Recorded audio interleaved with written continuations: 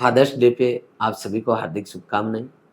मुझे लगता है एक पिताजी जिस तरीके से एक बच्चे के जन्म लेने के बाद में अपनी भावनाओं को काबू में रखते हुए जिस तरीके से अपने बच्चे को इस दुनिया के अंदर बढ़ता हुआ देखना चाहता है और उसके लिए वो बैक हैंड में जिस तरीके का संघर्ष करता है, शायद ही कोई इस धरती के ऊपर कर पाए।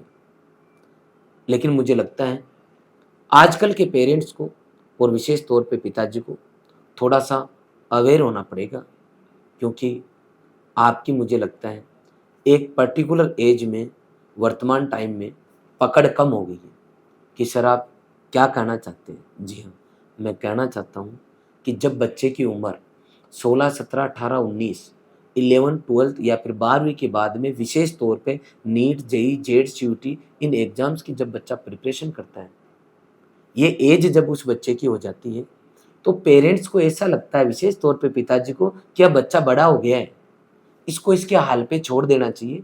और बच्चे को भी ऐसा लगता है कि हाँ मैं अब बड़ा हो गया, शायद मैं मेरी जिंदगी के डिसीजन अब ले लूंगा। लेकिन मैं पेरेंट्स को सलाह दूंगा कि आपको इस टाइम अपने बच्चे को शक की दृष्टि से देखना चाहिए, आपको अपने बच्चे पे डाउट करना चाहिए। क्यों सर, आप क्या कहना चाहते हैं? मैं कहना चाहता हूँ कि ये वो एज है आपके लाडले की, जिस एज के अंदर दुनिया की सभी खराब चीजें अच्छी लगती है। बीड़ी, सिगरेट, तंबाकू, गुटखा, पाउडर, गांजा, गर्ल्स बॉयज, आना जाना, इधर उधर की जो भी हरकतें हैं जो कि दुनिया की नजर में और एक समझदार आदमी की नजर में वो गलत है। लेकिन चाहे वर्तमान टाइम में किसी का भी बच्चा क्यों ना हो, इस एज में बच्चे को ये सभी चीजें अच्छी लगती है। बच्चा कहाँ आ रहा है, कहाँ जा रहा है, क्या कर रहा है, उसके डाइवर्ट होने का टाइम यही है। जो बच्चा कह रहा है कि बेटा कहाँ गया, बस पापा दोस्त के यहाँ गया। बेटा क्या कर रहा था, बस पापा दोस्तों के साथ बैठा था। बस पापा कुछ समझ में नहीं आ रहा था तो उनके यहाँ घर पे बैठ के मैं प्रॉब्लम सोल्व कर रहा था। अच्छी बात है, लेकिन चेक करो कि क्या वास्तव में जो वो कह रहा है वो सही है। कि सर वर्तमान टाइम में बच्चों पे शक कैसे करें, बच्चे बुरा मान जाते हैं। बच्चों को लगता है कि यार पापा आप पे हम पे विश्वास नहीं है। ध्यान रखना, पुराने जमाने के बच्चे नहीं हैं, बहुत अपडेट बच्चे हैं। आजकल के बच्चे अपने पेरेंट्स से लगभग 20 साल एडवांस है, एक पीढ़ी एडवांस है बच्चा।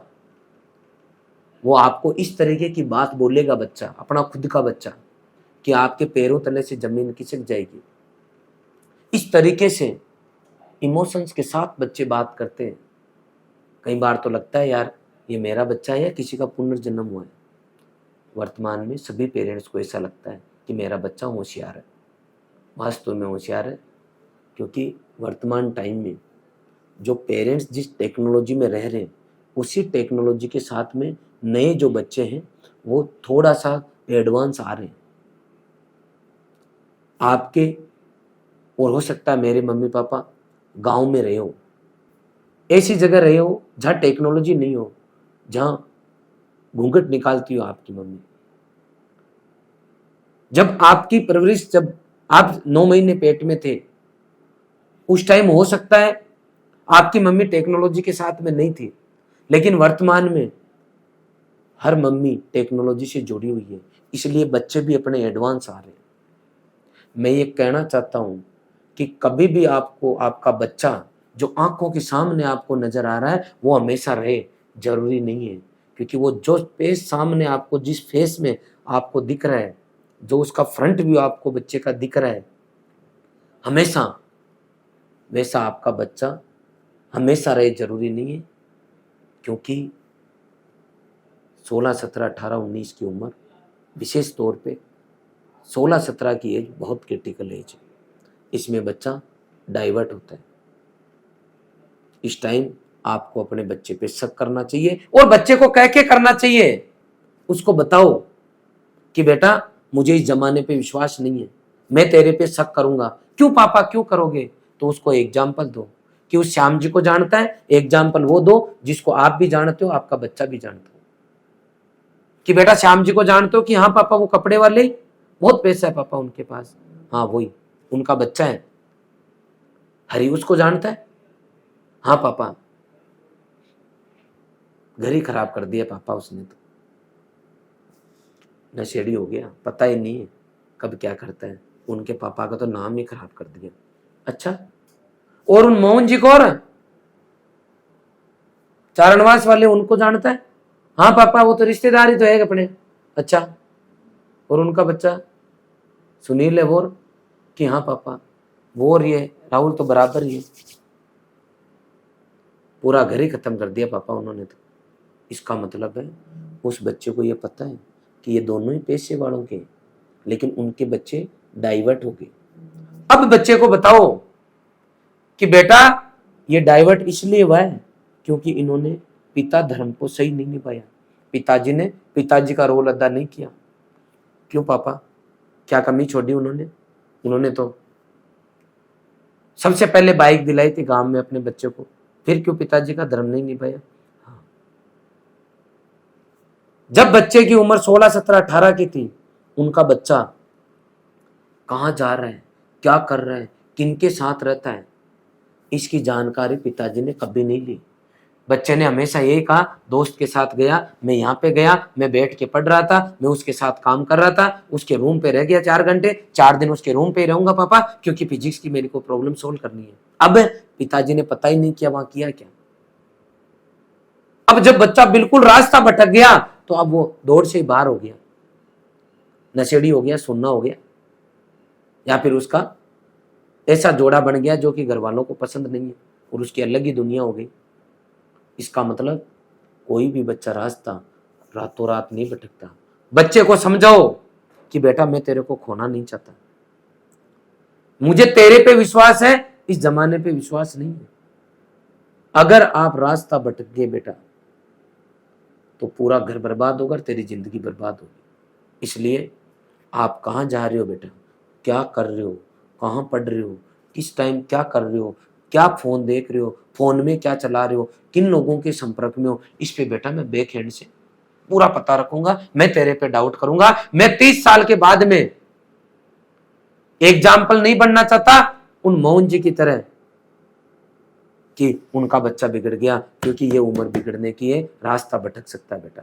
इसलिए हर पेरेंट्स को डाउट में देखना। जब भी आपका बच्चा गड़बड़ करता है तो आप देखो, तो अब आपका बच्चा मानेगा कि हाँ पापा आप सही बोल रहे हो, सही बोल रहे हो। अगर उनके पिताजी ध्यान देते तो शायद वो नहीं बिगड़ता। पापा मैं कुछ गलत नहीं करूंगा, फिर भी आपका धर्म है कि आप मेरे को शक की नजर से जरूर देखना, ताकि मैं रास्ता भटकूं तो समय रहते आप मुझे संभाल सको। सभी पेरेंट्स से मेरा निवेदन है कि 16-17 साल का बच्चा समझदार नहीं है, उस टाइम उसको सबसे ज्यादा आपकी जरूरत है। छोड़ दिया कोचिंग में, छोड़ दिया कोटा, छोड़ दिया जयपुर, छोड़ दिया सीकर, छोड़ दिया उदयपुर, भूल गए बच्चे को कि नहीं, साइंस दिला दी बच्चे को, पढ़ रहा है बच्चा, समझदार है। समझदार नहीं, ये उम्र है ना, और जो अभी वर्तमान जमाना है इसमें बच्चे फिसल जाते हैं। इसलिए आपकी जिम्मेदारी है समय रहते बच्चे को आगे पीछे चेक करते रहो कि क्या कर रहा है, क्या नहीं कर रहा। और मेरे जितने भी साथी हैं जो एजुकेशन से जुड़े हुए हैं, उनसे भी मेरी रिक्वेस्ट है कि हमारा काम केवल रजिस्टर बनाना नहीं है, केवल किताबी ज्ञान देना नहीं है। हमारा ये काम है कि 24 आवर्स अगर किसी के भरोसे लाडले को अपने पास भेजा गया है तो हम लोग ईमानदारी से ध्यान रखें, 24 घंटे ध्यान रखें। कभी भी बच्चा अगर गड़बड़ कर रहा है तो घर पे सही और गलत की सूचना दें। जब किसी पेरेंट्स को ये पता चलेगा, हम मैसेज कर देते हैं आपके बच्चे के इतने नंबर आए हैं, हम मैसेज कर देते हैं आपके बच्चे की ये रैंक आए हैं, क्या हम ये मैसेज नहीं कर सकते कि आपका बच्चा चौराहे के ऊपर बिगड़ रहा है, उसकी फोटो खींच के हम नहीं भेज सकते घर पे? जब आप फोटो खींच के भेजोगे तो पेरेंट्स की चिंता होगी कि मेरा बच्चा जो है रास्ता भटक रहा है। आज हजारों किलोमीटर, सैकड़ों किलोमीटर से पेरेंट्स पढ़ाई के नाम से बच्चे को भेजते हैं, तो अगर वो बच्चा गड़बड़ कर रहा है तो ये किसकी जिम्मेदारी है? ये हमारी जिम्मेदारी है। एजुकेशनल इंस्टीट्यूट के जो भी ओनर है, स्टाफ है, उनकी जिम्मेदारी है। अगर बच्चा रास्ता भटक रहा है तो हमें घर तक प्रॉपर अपनी जो है चैनल के थ्रू बात को पहुंचानी होगी। हर पेरेंट्स को जागरूक रहना होगा, हर इंस्टीट्यूट के अंदर हर स्टाफ को जागरूक रहना होगा, तभी हमारे देश के बच्चे 16, 17, 18, 19 की साल में, इस एज के अंदर बच्चे रास्ता भटकने से रुकेंगे। सैकड़ों बच्चे हो सकते हैं इंस्टीट्यूट में, हजारों बच्चे हो सकते हैं किसी शहर के अंदर, लाखों बच्चे हो सकते हैं, लेकिन ध्यान रखना वो जो है ना, अगर एक पे अंगुली रखोगे तो वो एक ही है अगले के घर में। इसलिए हर पेरेंट्स का एक एक बच्चा है, वही उसको घर को आगे ले जाएगा, वही उसको डुबोएगा। ये सब जिम्मेदारी हमारी है कि जो चिराग आपके हाथों में आया है उसकी केयर करें। पेरेंट्स ध्यान रखें, इंस्टीट्यूट भी ध्यान रखें।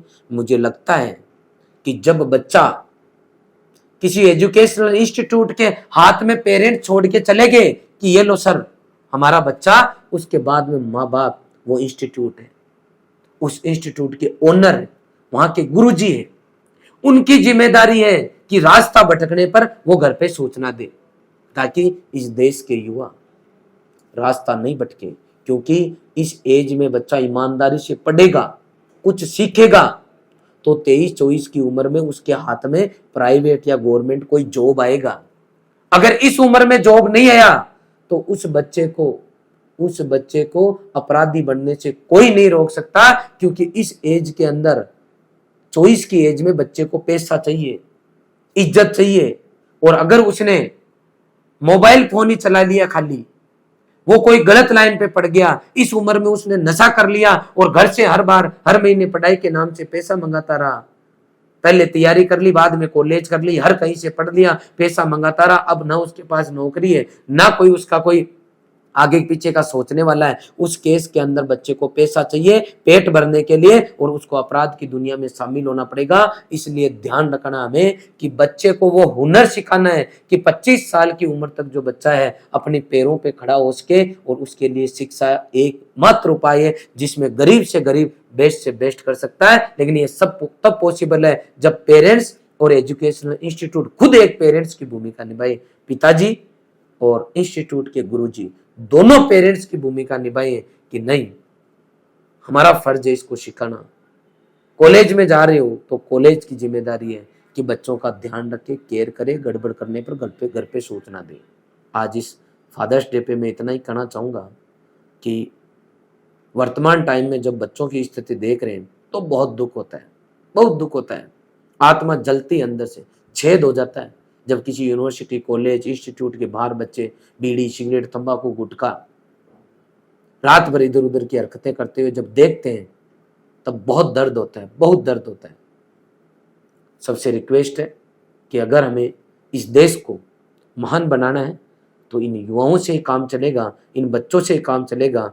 इन सब की गलती नहीं है क्योंकि इनकी एज है, लेकिन अगर हम इस एज में इनकी एनर्जी को, सबसे ज्यादा एनर्जी, ऊर्जा 15 से 20 की उम्र में होती है। हम सब का कर्तव्य ये बनता है कि इन अपने देश के युवाओं की, इन बच्चों की एनर्जी को हम सही डायरेक्शन दें।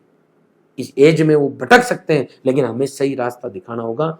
आप सबने ये वीडियो देखा, इसके लिए आपका बहुत बहुत आभार। मैं सबसे रिक्वेस्ट करूंगा कि आप इस वीडियो को ज़्यादा से ज़्यादा शेयर करें ताकि ज़्यादा से ज़्यादा पेरेंट्स और बच्चे जागरूक हो और अपने जो मेन जो टारगेट है, उद्देश्य है, लक्ष्य है, उसकी तरफ बढ़े, वो भटके नहीं। बहुत बहुत धन्यवाद।